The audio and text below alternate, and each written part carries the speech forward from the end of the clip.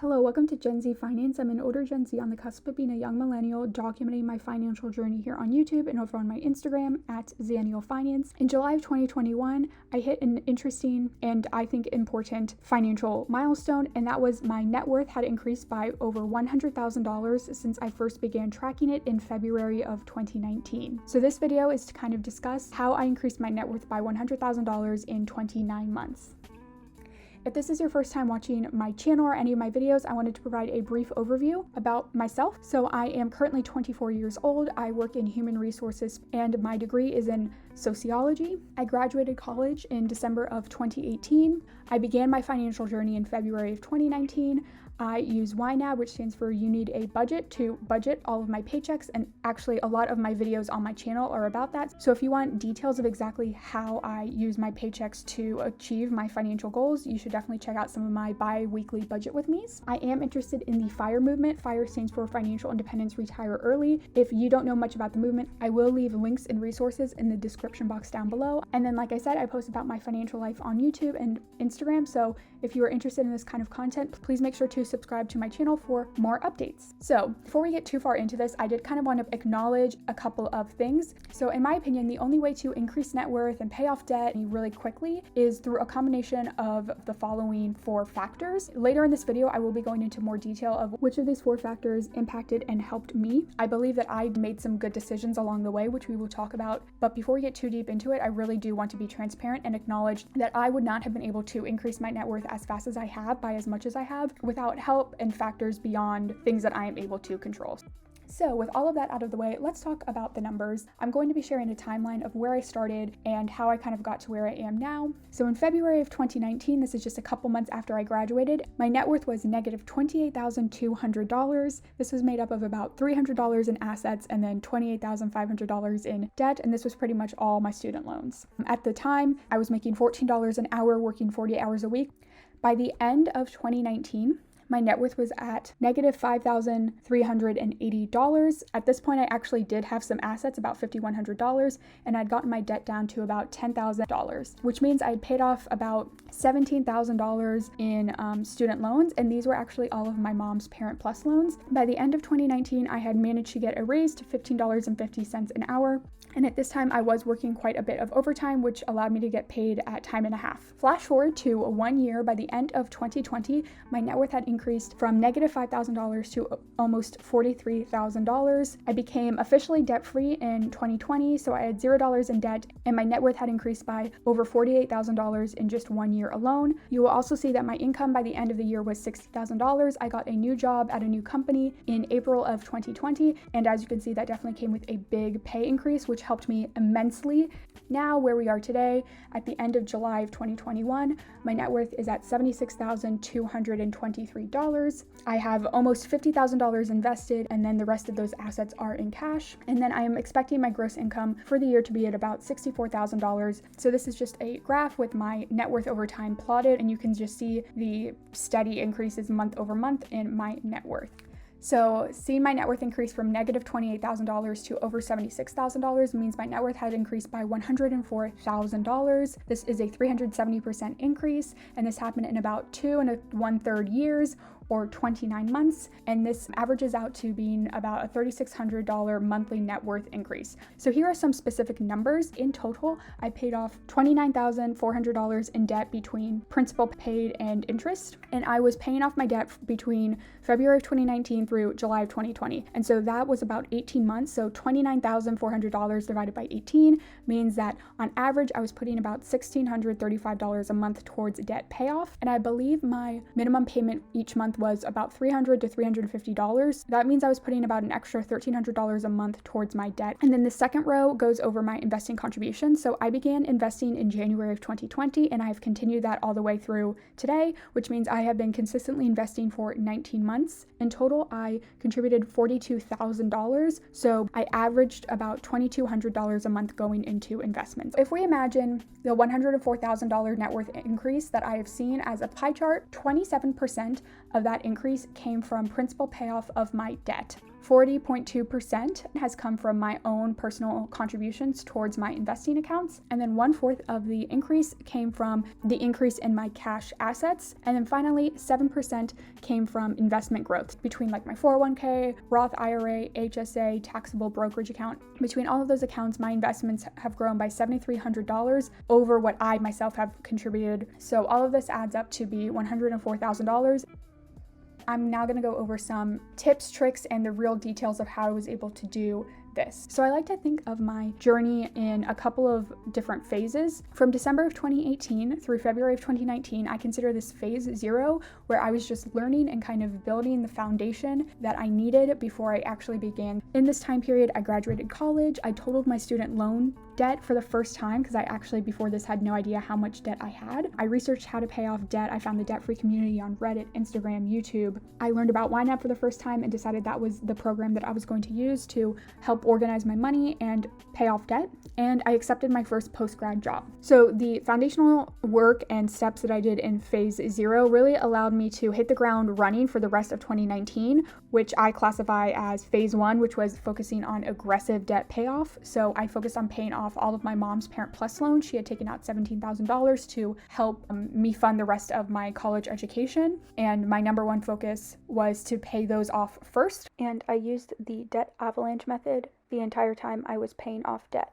I spent less than $6,000 for the entire year, not including anything I sent to debt. By the end of the year, I had a $2,000 emergency fund, and during this time, I focused on learning about investing, even if I didn't necessarily invest, which I do kind of regret, but at least I was learning and reading about investing. So I kind of think phase 1 ended at the end of 2019 because starting in 2020, I took a more balanced approach, which this is why I kind of classify this as the second phase. I managed to increase my income between changing full-time job incomes and also getting a part-time job. I invested for the very first time, started with just 5% of my paycheck, which was what I needed at the time to receive my company match into my 401k. I paid off the last $10,000 of my student loan, so I became officially debt-free. I opened up and maxed out for the first time my Roth IRA and an HSA. I had $22,000 invested by the end of the year. And if you want to kind of deep dive into my annual spending for 2019 and 2020, I do actually have a video, and I will link it up top, where I go over my entire spending for both years. And so you can get a good idea of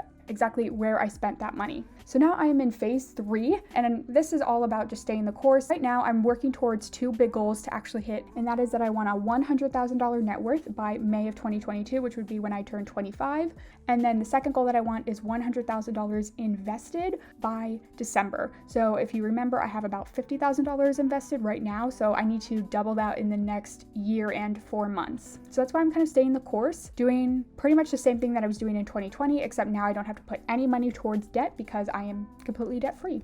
So now we're going back to those 4 factors that I talked about at the very beginning of the video, and we're going to discuss exactly which of these factors I think apply to my situation. So the first factor is high income, which while I do believe that I have a pretty good salary, especially for my age, I am pretty close to the average or median income. Over the past 30 months, my average monthly income has been about $3,900 gross. And so that accounts for the time that I was making $14 an hour, $15.50 an hour, and now like a $60,000 annual salary. That all averaged out to be less than $4,000 gross, which I would not say is necessarily a high income. It's definitely a good income and a livable income, and I'm very, very grateful for the income that I do have, but it's not necessarily extremely high. However, I definitely have benefited from low expenses. If you could not guess by the fact that I spent less than $6,000 in 2019 and less than $10,000 in 2020, I live at my mom's house. And so by doing that, I'm not paying rent. And that is definitely the number one factor that has allowed me to save and invest at a higher rate. I try not to hide this in any of my videos. I try to be very transparent about it. Now, you don't have to live at home for your expenses to be low. You can live with 1, 2, or 3 roommates, and that helps keep expenses low. The third factor would be a really high return on an investment. And I would say that this has been a minimal impact to my journey. I've definitely been benefited by a very strong bull market in the past couple of years,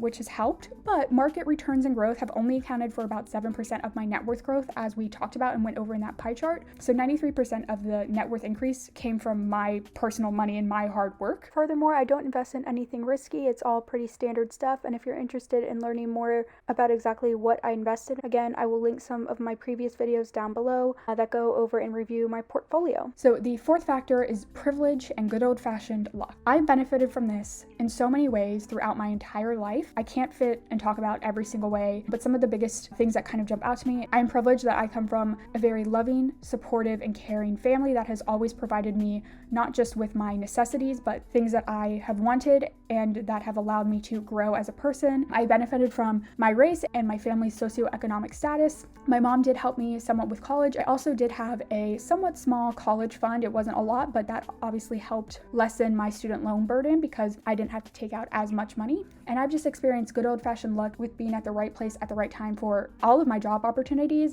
especially when I think about all the circumstances and factors that went into me finding my current job with the $60,000 salary that more than doubled what I was being paid before. I was just in the right place at the right time. I opened up LinkedIn on the right day, and I sometimes can't even believe how incredibly it all worked out for me. So I would need to make a whole video on all of the ways that privilege and luck have allowed me to become the person I am today and have contributed to my success, but those were some of the ways that I could think of. So I want to make it clear, I feel like I definitely would have seen a $100,000 net worth eventually, but it just would not have been as fast if I didn't experience the factors that we just discussed. So much of building wealth is just having time on your side, and so when something happens really fast, it usually is because of access or things outside of one's control, and I definitely want to acknowledge that. So with all that being said, I still did do some things right. So I think there were 3 things in particular that I did well. The first one being that I cut my discretionary spending and I increased my income. So like we talked about, I spent less than $10,000 in both 2019 and 2020, and I increased my income from $14 an hour to $60,000 a year plus side hustles and part-time jobs. The second thing I did is I took the savings from the first step and the increase in income to help pay off my debt. This allowed me to gain confidence in my money management ability. It allowed me to see that hard work does pay off and can produce great results. And it also allowed me to lock in a guaranteed return of anywhere between 7.5% and 4%, depending on which loan I was paying off. And then third thing I did is I started investing, especially started investing young. I did take several months to learn about investing, and then I took several months after that to actually start investing. But the important thing is that I started small. Like I said, I originally was only doing about $150 a month for those first couple of months in 2020. And then I increased my investing as I could, as my income increased and as my debt decreased. So I don't have too many other tips. My story, I think you can kind of pick up some tips from that, but there are 3 things that I wanted to highlight. The first one that I recommend is that you find personal finance content you enjoy. You're watching this video now, so if you enjoy this video, please make sure to like it, and again, subscribe to my channel. You can always leave me a comment down below as well, and I try to respond to all comments. But whether it's books, podcasts, YouTube channels, Instagrams, try to find ways to bring personal finance into your everyday world. It doesn't have to take up your entire life, but if you can find people to follow and read about their experiences, it will help you learn new tips, and it'll also keep you motivated, or at least it kept me motivated. The second tip I have is to be realistic about your situation and set your goals accordingly. Based on your current income and your current expenses, realistically, would it take you longer or shorter to see a $100,000 increase in your net worth than it took me? There's no right or wrong answer here. Not a bad thing if it takes you longer, and you're not necessarily better than me or anyone if it takes you shorter amount of time. That's just the reality of your current situation.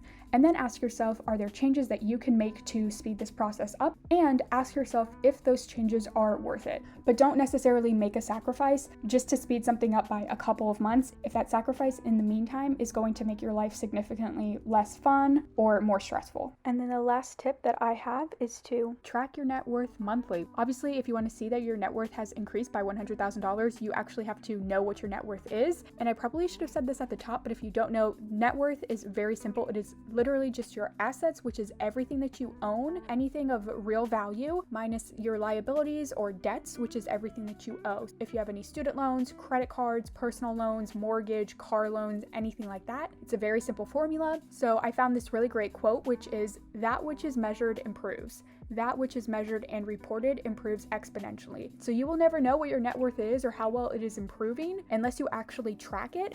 And I do recommend tracking it monthly, at least for a while. It doesn't have to be forever or your entire life, but if you are working towards a certain goal, from the moment you set that goal until the moment that you reach that goal, you need to track it monthly. I don't recommend tracking it any more frequently than monthly. And if monthly is really too often for you or you just don't have the time, I recommend doing it at least quarterly, so every 3 months. And if you're not sure how to track your net worth. Again, I will be linking lots of resources in the description box down below. But I myself have a net worth tracker for sale that you can purchase for $10. This is what I use, and you can see what I have used to track my net worth from February of 2019 all the way till July of 2021.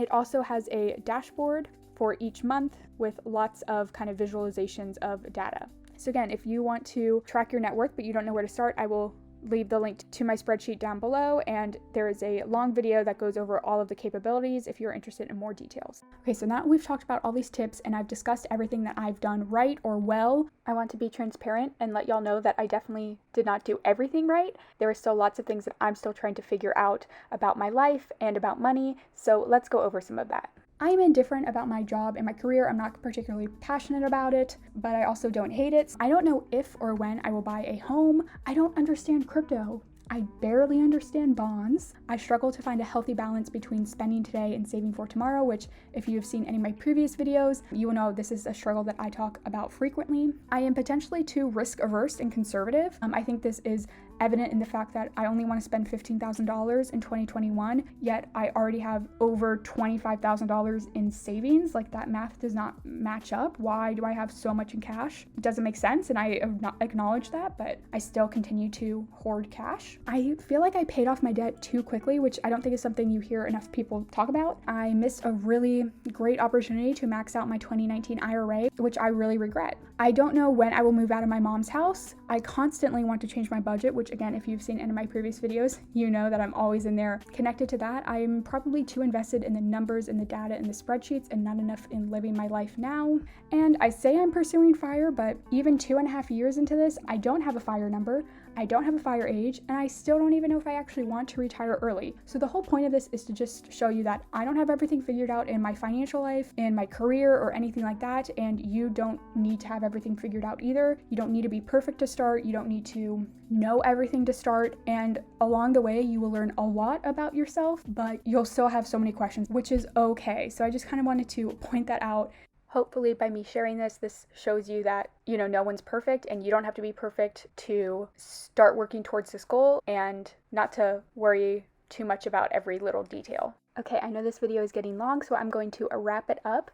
Thank you all so much for watching. If you found anything that I have shared with you helpful, please make sure to like this video, share your experiences in the comments down below. I'd really love to talk to the community. If you'd like to stick around and see me increase my net worth by another $100,000, don't forget to hit that subscribe button as well. And I hope y'all are staying safe and healthy and that you have a good day.